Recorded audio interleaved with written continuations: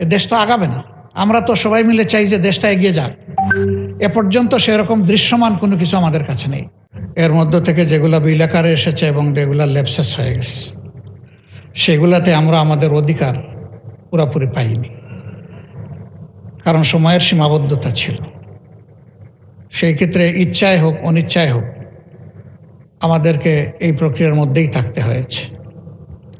তো এখন সেরকম কোনো প্রেক্ষাপট ছিল না এই দুইটা বিলের ক্ষেত্রে। আমাদের অধিকার কিন্তু খর্ব হলো। খণ্ডন আপনার চেয়ার থেকে আপনি করলেন, খণ্ডনটা কিন্তু আপনার হাতেই হলো। 2 নম্বর হচ্ছে, উনি যথার্থ বলেছেন, যোগ্য লোকদেরকে যোগ্য জায়গায় স্পেস করে দেওয়া দরকার। কিন্তু একটা কথা আছে যে বৃক্ষ তোমার পরিচয় কি, ফলে আমার পরিচয়। দিনটা কেমন যাবে, মর্নিং শোজ দ্য ডে। সরকারের 2 মাসে যে সমস্ত কার্যকলাপ বেসিক জায়গাগুলোতে হাত দেওয়া হয়েছে, প্রত্যেকটা জায়গায় জনগণের আকাঙ্ক্ষার বিপক্ষে চলে গেছে।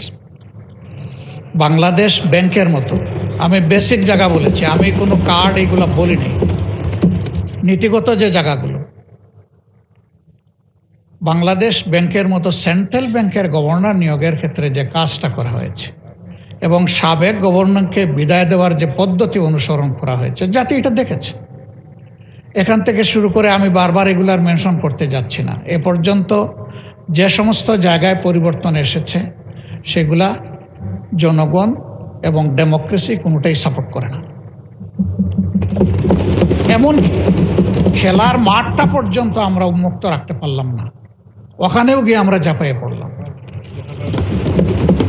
তাহলে যেটা মাননীয় মন্ত্রী বললেন যে যোগ্য লোকদেরকে যোগ্য জায়গায় না দিলে দেশ আগাবে কীভাবে, তো এইভাবে যদি যোগ্যতা সিলেকশন হয়, আমার প্রশ্ন, দেশ আগাবে কীভাবে? আমরা তো কার ইন্টেনশন কি সেটা দেখতে পারবো না, এটা মনের ব্যাপার। এটা একমাত্র আল্লাহ তাআলা দেন। আল্লাহু আলিমুম বিজাতিস সুদূর, আল্লাহ ছাড়া এটা কেউ জানে না।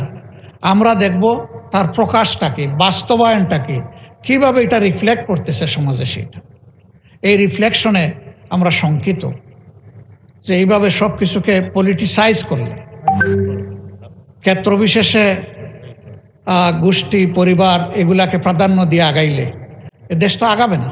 আমরা তো সবাই মিলে চাই যে দেশটা এগিয়ে যাক। এ পর্যন্ত সেরকম দৃশ্যমান কোনো কিছু আমাদের কাছে নেই।